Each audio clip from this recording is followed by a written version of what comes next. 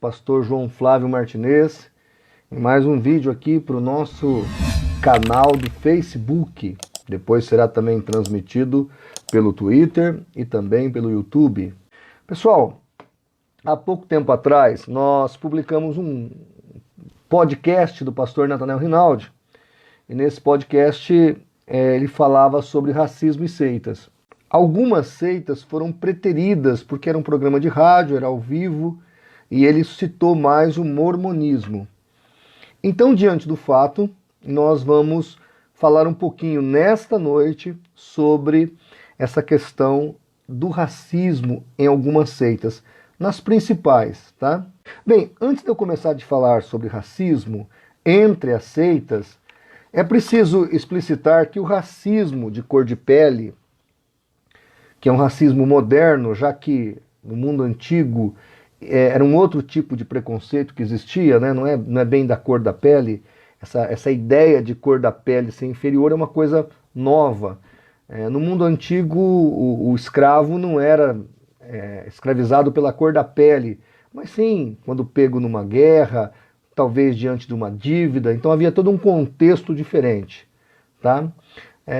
Tem vários documentos que mostram isso, e talvez numa outra oportunidade eu possa abordar aqui para vocês entenderem essa questão da ideia de escravismo no mundo antigo e o escravismo do mundo moderno, século XVI, século XVII, esse escravismo da cor da pele. Mas não é o contexto aqui agora. Uma outra coisa importante também de falar é que os evangélicos e também os católicos enfrentaram problemas com o racismo. A Igreja Católica tinha escravos e também vários líderes, até protestantes, também tiveram seus escravos. Ok?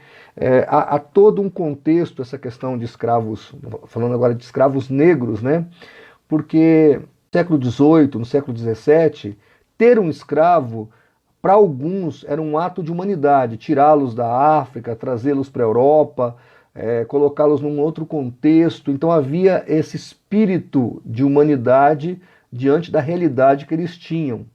Aqui no Brasil, para vocês terem uma ideia, vários pensadores eram contra a abolição porque temiam que os escravos não viessem, continuassem vindo para o Brasil e não saíssem lá daquela situação que estavam no mundo africano, que era uma situação muito pior do que ser escravo aqui no Brasil.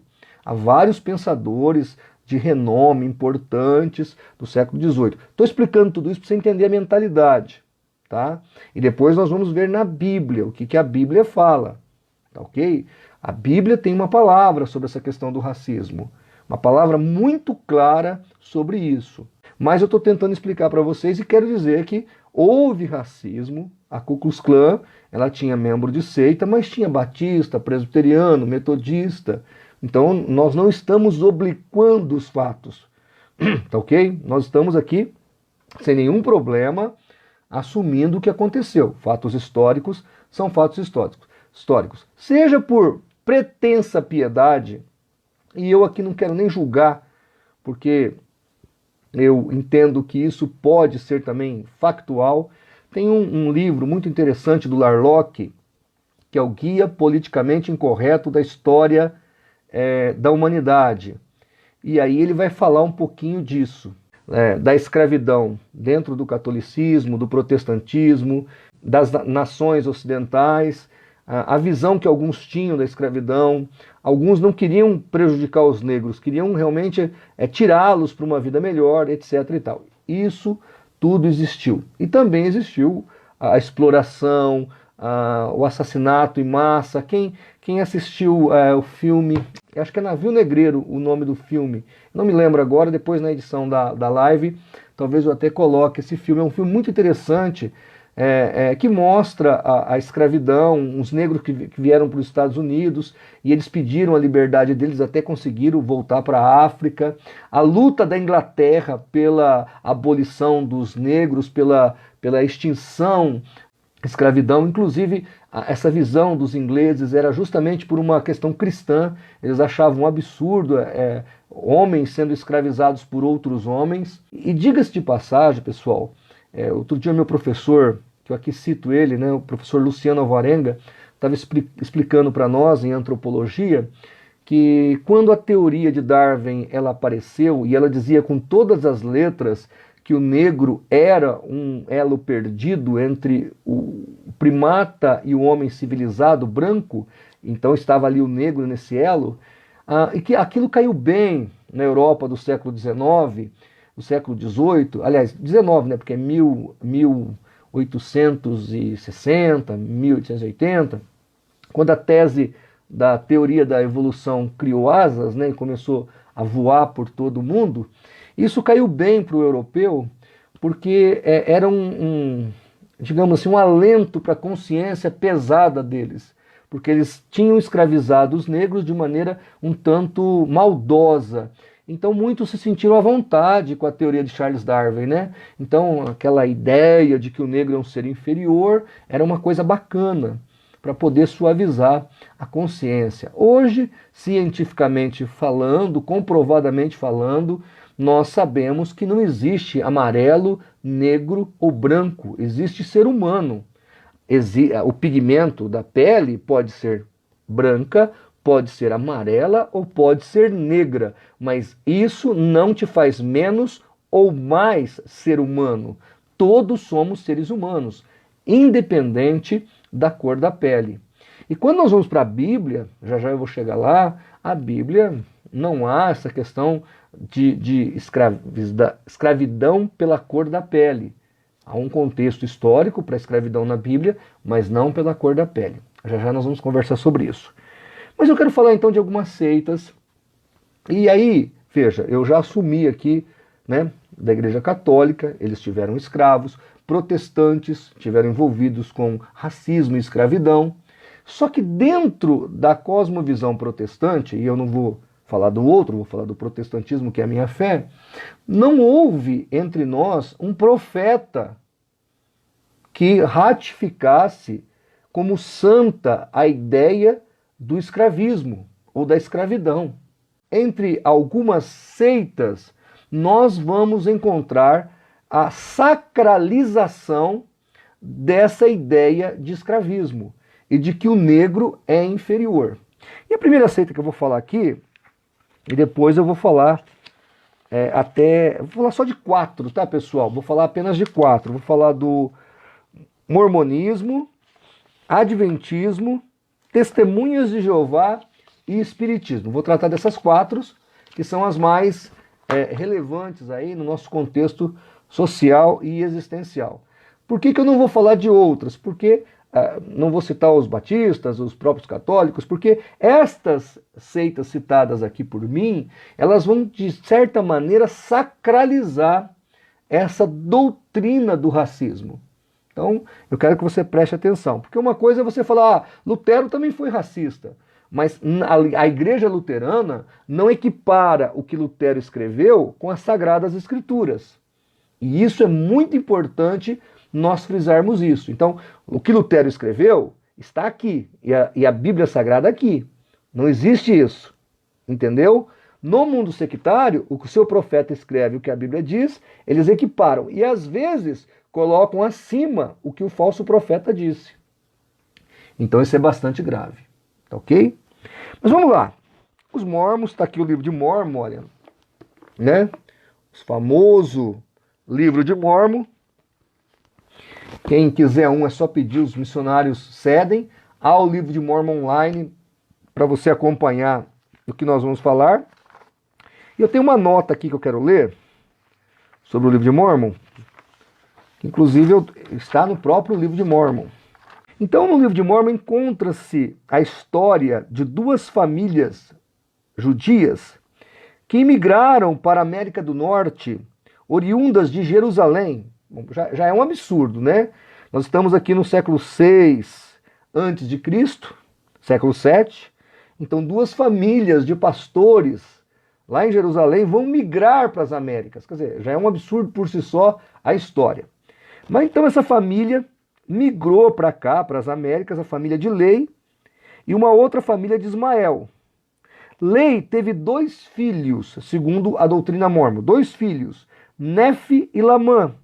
Nefe era justo, porém Lamã não, e por isso foi amaldiçoado por Deus, e a maldição consistia em ter ficado com a pele de cor preta. Aí, se você pegar o livro de Mórmon, em 2 Nefe, capítulo 5, do verso 20 em diante, eles vão falar que essa praga, essa maldição da cor da pele, fez eles ficarem de belos feios. Fez com que eles ficassem com o nariz achatado. Fez com que eles se tornassem preguiçosos, animalescos. Então, quando você pega 2 Nefe, capítulo 5, e também Alma, capítulo 3, são livros do livro de Mórmon, tá, gente? Eu estou citando para você citações do livro de Mórmon. Quando você pega e você analisa, você fica assustado. Porque não é uma concepção cultural de um momento da história que eles tiveram uma concepção de racismo. Não, está sacralizado no livro de Mórmon. Então, no livro de Mórmon, ter a pele negra é ser amaldiçoado. Ponto. Está escrito. E é assustador, porque o negro é preguiçoso, o negro é feio, o negro tem o nariz deformado, o negro não gosta de trabalhar. E tudo isso está no livro de Mórmon, no capítulo 5 de 2 de Nefe. E muito claramente, nesse capítulo, diz que a maldição dessa família foi justamente se tornar da cor negra, ou da cor preta, eles falam. É uma coisa horrorosa esse tipo de afirmação que os mormons sustentam. Eles também dizem, Brigham Young, que foi o segundo presidente, vai dizer no Jornal de Sermões, volume 10, página 110, depois quando editar a live eu coloco tudo aí na tela. Devo dizer-vos qual é a lei de Deus com relação à raça africana? Se o homem que pertence à semente escolhida, Mórmon, misturar seu sangue com a semente de Caim, os negros, então aquele sinal de Caim lá também era cor negra. Misturar o seu sangue com a semente de Caim, a penalidade sobre a lei de Deus é a morte no local. Então, teve um momento da história mórmon que eles sentenciavam a morte quando alguém branco se relacionava com um negro. Eu só estou te explicando como isso é problemático. Apesar de 1972, os mormons terem uma nova revelação e dizer que o negro agora poderia participar do sacerdócio e para o mormonismo ele era gente, o que está escrito no livro de Mórmon não pode ser mudado. Eles não mudaram, não alteraram. Ser negro é ser amaldiçoado, é ser feio, é ser preguiçoso, etc. Então, por que eu estou explicando isso? Há uma diferença de uma determinada religião ter feito um ato de racismo num determinado momento histórico. Mas o mormonismo não, eles sacralizaram, está no livro sagrado deles. Então isso é muito grave. É muito mais grave do que ter cometido em determinado momento histórico, como os batistas nos Estados Unidos fizeram, tinha batista na Ku Klux Klan, mas era um momento de mentalidade errada, equivocada, que essas pessoas cometeram. Inclusive não foi apoiado pela denominação, pela organização, por exemplo, pela igreja. Eram pessoas da igreja que estavam envolvidas com o racismo, mas não era doutrina da igreja. Tá? Isso é muito importante, diferente do mormonismo. Então, esse é o caso dos mormons. Típico. O racismo dos mormons é algo típico, bem documentado, bem escrito no livro de Mórmon. A grande questão é como é que fica hoje, como é que essa sociedade mormon pode conviver com essa realidade. Ah, passou. Não, não passou. Está escrito em 2 de Nefe, capítulo 5, esses impropérios que eu acabei de ler aqui. Tá ok? Então, vou colocar tudo aí na descrição da live depois, na hora que eu editar ela, vou colocar esses documentos para você ver como o mormonismo foi e ainda é racista. Tá?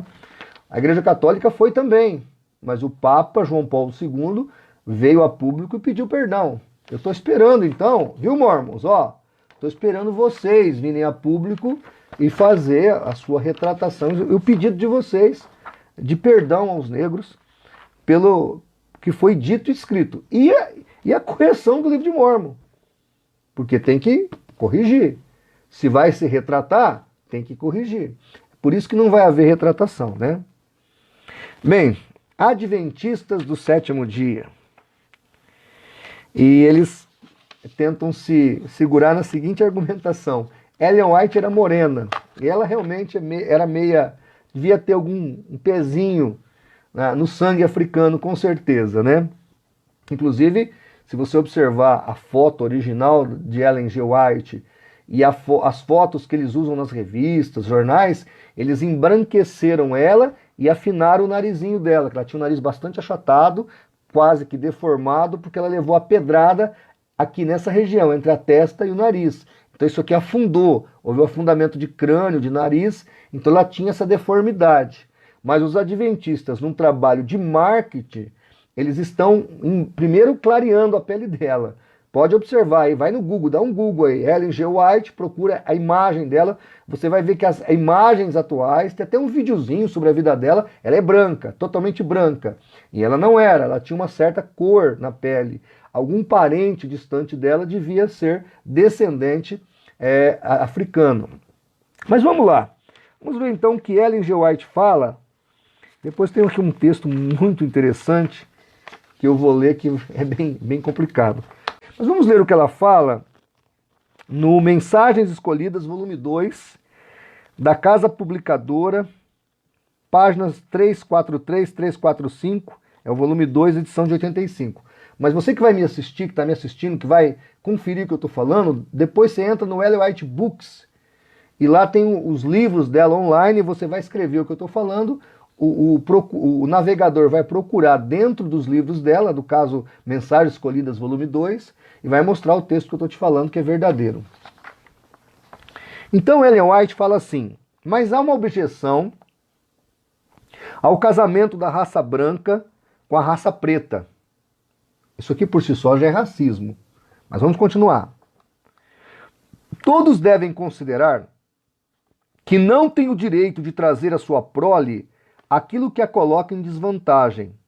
Não tem o direito de lhe dar um patrimônio hereditário, uma condição que o sujeitariam a uma vida de humilhação. Então veja que casar um branco com um negro, vai nascer um filho que vai ter uma vida de humilhação. Os filhos desse casamento misto têm um sentimento de amargura para com os pais que lhe deram essa herança para toda a vida. Então a pessoa morena, mamãe é branca, o papai é negro, esse menino, essa menina moreno, eles vão carregar mágoas do pai e da mãe por ter se relacionado e eles nascido. Porque ele é de cor. Não é nem negro nem branco, é moreno. Por exemplo, a minha filha, o vô dela é negro.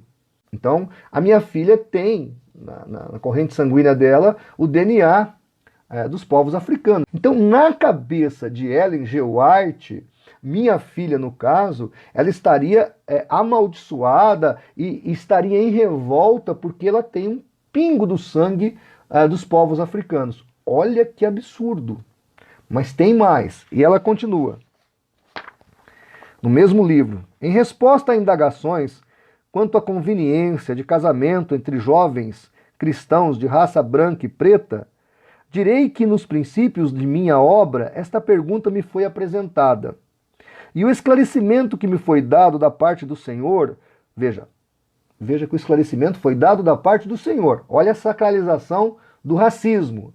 É isso que eu quero que você preste atenção. Há uma diferença, tá? Em viver um momento racista num determinado momento da história e sacralizar a heresia do racismo. Então foi-me dado da parte do Senhor uma orientação, que esse passo não deveria ser dado. Qual passo? O casamento entre a raça branca e a raça preta. Estou usando o termo dela. Preto é a terminologia que ela usa. Nenhuma animação deve ser dada aos casamentos dessa espécie entre o nosso povo. Então ela está falando que entre a igreja não deveria ser motivado esse tipo de relacionamento. Aí o que os adventistas fazem? O garotinho propaganda lá do adventismo, né? Na mira da verdade, que de verdade ali tem muito pouco. Porque eu sei quem são esse povo. Eu leio, eu estudo, E as pessoas que, obviamente, não têm o tempo ou o material que eu tenho para estudar, são iludidas e até enganadas com as conversas. Mas qual é o argumento desses paroleiros adventistas? Ellen White queria, em determinado momento da existencialidade ali, aplacar o momento de preconceito. Ela queria proteger os negros e proteger os brancos e proteger os casais, e por isso, naquele momento, tal. Essa é a conversa fiada que eles usam. Ok, vamos fazer de conta que a gente aceita esse absurdo, porque, sabe, irmãos, é um absurdo o que essa mulher fala, e ela fala, foi orientação do Senhor. Esse é o problema. Veja que no mormonismo e no adventismo existe a sacralização do preconceito. É esse o grande problema. Não é só um momento histórico que a Ellen White aconselhou para que não houvesse esse relacionamento conjugal entre raças, para evitar a população que era racista, etc. e tal. Não, é a orientação do Senhor. Mas vamos aceitar essa desculpa deles. Eu vou ler um outro texto aqui que você vai ficar o queixo caído. Presta atenção no que eu vou ler para você aí. Está num livro escrito por Ellen White em 1864, chamado Spiritual Gifts. Mas olha o que diz Ellen G. White nesse livro, editado em 1864 e 1870. Eu vou pôr depois a citação aqui na live. Escutem. Todas as espécies de animais que Deus havia criado foram preservadas na Arca de Noé. As espécies mescladas que Deus não criou e que foram resultado de amálgamas, mistura de raças, foram destruídas pelo dilúvio. Desde o dilúvio, veja, antes do dilúvio havia amálgamas entre seres humanos e bestas. Aí ele continua, desde o dilúvio tem havido amálgama, mistura de raças entre seres humanos e bestas feras, como pode-se ver em certas raças de homens. Gente, isso aqui, ela está falando que houve amálgamas, relacionamento entre seres humanos e bestas feras. Primeiro que isso, biologicamente falando, geneticamente falando, é impossível. Uma espécie só se relaciona com outra para gerar filhos. Ainda que um homem se relacione com um animal, e existe a zoofilia, não vai nascer um ser híbrido desse relacionamento. Não vai. Se um homem se relacionar com uma cabrita, com uma égua, enfim, com uma anta, com uma paca, porque existe o pessoal que pratica a zoofilia, mas se houver esse relacionamento, não vai nascer nada daí. Ok? Não estou dizendo que não é possível isso ter havido, e há ainda, né? Mas o fato é que ela fala que houve antes do dilúvio, depois do dilúvio, e nasceu certo tipo de raça humana. Que raça é essa, gente? Pensem comigo. Qual é a raça que nasceu desse relacionamento entre bestas feras e seres humanos? Qual é a raça? Aí fica aí para você conjecturar. Tenho para mim que ela está se referindo aos negros. Isso aqui é um absurdo.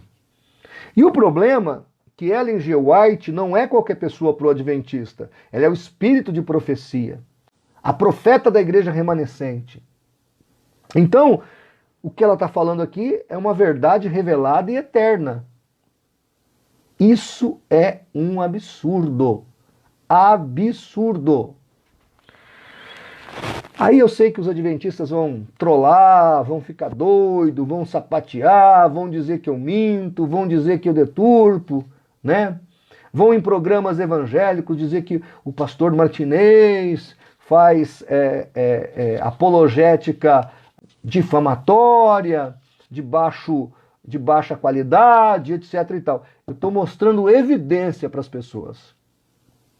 Quem tem que se explicar é vocês, porque eu tenho aqui o documento. Tá ok? E outra coisa, façam como o João Paulo II fez, gente.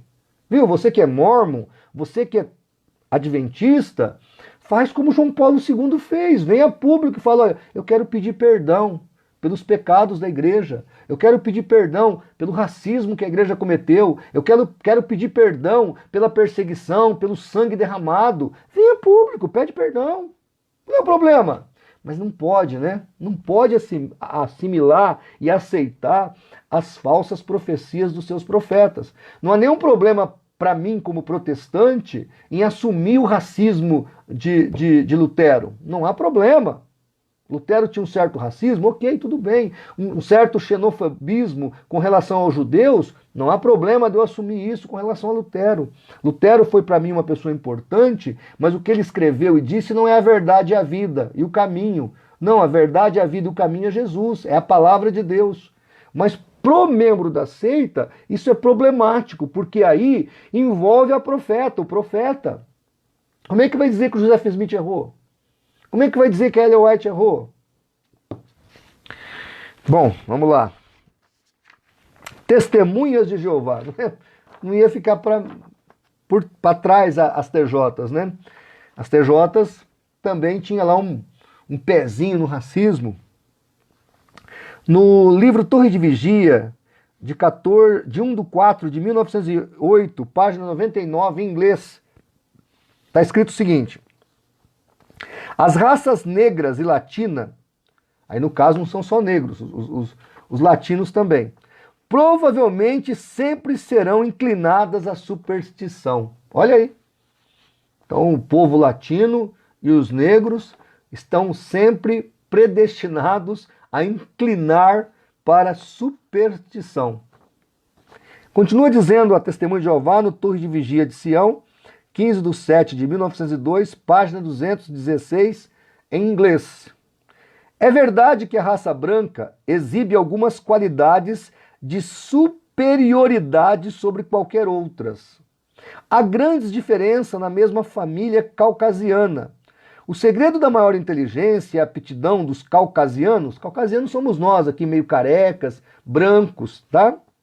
O segredo, então, da maior inteligência e aptidão dos caucasianos, indubitavelmente, é em grande medida para ser atribuído à mistura de sangue dentre seus diversos ramos.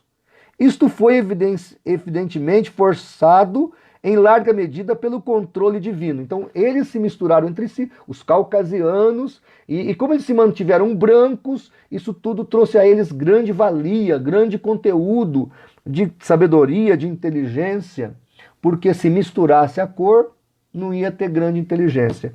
Eu me lembro que a gente, quando estudou na faculdade, eu sou professor de história, a gente leu sobre Hitler, sobre as Olimpíadas, que Hitler teve que sofrer muitas derrotas por um corredor negro e pelos atletas americanos, norte-americanos que eram negros e que se davam muito bem nas Olimpíadas, não até hoje. Você vê aí o pessoal do Quênia vem aqui no Brasil, ganha todas as maratonas. Eu até diria que se há alguma evolução entre cor de pele, o negro deve ser a cor de pele preponderante, porque eles vencem todas as corridas, vencem todas as maratonas. Então eu acho que eu sou o elo evolutivo, ele que é o evoluído e eu que sou um involuído. Aliás, o negro tem melhor pele, o negro tem melhor dentição. Você não vê negro careca, é muito difícil. Negro é forte, negro é trabalhador, negro é inteligente. Então, assim, depreciar alguém pela cor da pele, gente, é um absurdo. Mais absurdo ainda, porque nem aqui é o corpo governante falando, é você sacralizar o racismo. Isso é uma vergonha. Eu estou aqui parafraseando Boris Casoy. Por fim, o Espiritismo, e aqui eu quero deixar claro que o que eu vou ler aqui do Espiritismo, eles já se retrataram, tá? O Espiritismo, eles assumiram as suas falhas. Mas eu vou ler aqui que eu acho interessante. Está no Contribuições para o Espiritismo, Alexandre Dias, segunda edição, Rio de Janeiro, página 19. Nascer, morrer, renascer é o trabalho contínuo a que está sujeito o espírito, passando por todas as transições, desde o tipo boçal ao gênio. Não importa saber quantos milhares de anos foram precisos para tomar as feições humanas. o tempo que demorou na raça indígena e na preta até chegar à branca. Então, essa ideia que o Espiritismo também abraçou, que é a ideia darwinista, né, coloca o negro e o índio como um membro da cadeia evolutiva até chegar onde? No branco. O branco é o top do top. Tá bom, vamos ver o que a palavra de Deus fala, porque eu acho que o relevante é o que a palavra do nosso Deus, ela nos diz. O que dizem os homens, o preconceito que eles têm, isso é problema deles. O que importa para nós é o que a palavra realmente nos revela. Em Atos, capítulo 10, estou lendo aqui, tem vários estudos que está no site do CACP, tem um ótimo do professor Paulo Cristiano da Silva, chamado A Cor do Racismo. Eu vou colocar o link aí para você. Gente, é espetacular esse artigo dele. Inclusive, várias citações eu tirei do artigo do professor Paulo. Mas no meu artigo que eu escrevo aqui, eu cito então Atos, capítulo 10, verso 34. Palavra que diz o seguinte: na verdade, reconheço que Deus não faz acepção de pessoas. Atos 10, 34. Pedro está dizendo, reconheço que Deus não faz acepção de pessoas. No Velho Testamento, havia uma normatização na lei de Moisés da escravidão. Na verdade, era como ficar com o nome sujo no SPC, no Serasa. Então, eu devia um dinheiro para você, eu não tenho como pagar, eu vou te servir como escravo. Mas havia toda uma regra para eu poder trabalhar na sua casa, como isso funcionaria, tá ok? Aí eu tinha um período que eu tinha que ser libertado, mesmo se eu não paguei a dívida, se eu não conseguir pagar, eu tinha que ser libertado. Às vezes eu não queria, eu botava o brinco na orelha, me tornava escravo perpetuamente naquela casa. O próprio Abraão tinha um escravo que ele considerava como filho dele. Quando ele ora a Deus, ele fala, Senhor, se eu não tiver descendente, o meu servo Eliezer vai ser o herdeiro da minha casa. Então veja que a escravidão do Velho Testamento, ela é de outro jeito. Depois nós tivemos a escravidão das épocas de guerras, né, do Império Assírio, do Império Babilônico, do Império Grego, do Império Medo-Persa e do Império Romano. Aí a escravidão vai ser com relação à guerra, um país dominando a outro, transformando aquele povo em escravo, como os próprios judeus foram escravos no Egito, a priori, no começo, lá na gênesis da formação do povo hebreu, e depois foi escravo na Babilônia e do Império Medo-Persa, e depois servos do Império Romano. Tá? Eu acredito que, se não me engano, só agora, em 1948, é que a nação de Israel voltou a ser independente. Então essa é uma questão muito interessante a gente observar. Então a palavra de Deus está dizendo que não há acepção de pessoas. E uma coisa que esses falsos profetas não têm como fugir da realidade é de que Jesus nunca foi racista, nunca corroborou, nunca apoiou essa divisão de castas. Muito pelo contrário, ele vivia no meio das pessoas mais simples, mais humildes. Inclusive o judeu da época de Cristo, nós temos aí uma imagem que foi criada do judeu da época do Senhor Jesus. Ele era uma pessoa morena, bastante forte. O próprio Senhor Jesus, na sua genealogia, ao sangue africano, ao sangue negro, na genealogia de Cristo. Então imaginar que algum racismo de cor de pele tenha permeado as Sagradas Escrituras ou sido contemplado pela palavra, não. O que houve no Velho Testamento, entre os judeus, é a normatização dessa questão, tá? E que inclusive protegia os escravos e não vilipendiava os seus direitos. Só para vocês entenderem essa questão. Então, gente, não há base para essa tese dos membros de seitas, tá? E o grande problema, por exemplo, dos adventistas, das TJs e dos mormons é a sacralização da bobagem que foi dita, da bobagem que foi feita.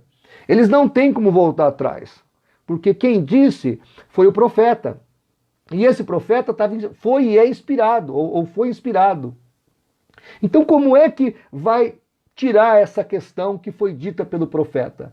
Se eu falar que o Joseph Smith errou na história que ele contou, que não tem nada a ver com maldição com cor da pele, eu estou falando que o livro de Mórmon é uma fraude. Os mormons teriam que assumir isso. Os adventistas, por exemplo, e as TJs, teriam que assumir que os seus profetas, no caso dos TJs, o corpo governante, e no caso dos adventistas, Ellen G. White, teria que assumir que os seus profetas são imprecisos, erraram, cometeram uma gafe terrível, e pior, usaram em vão o nome do Senhor. Ou seja, são falsos profetas mesmo. Então, gente, muito obrigado pela audiência, muito obrigado pelo seu companheirismo aí conosco até essa hora e até a nossa próxima live, se Deus assim permitir. Um abraço e Deus abençoe você.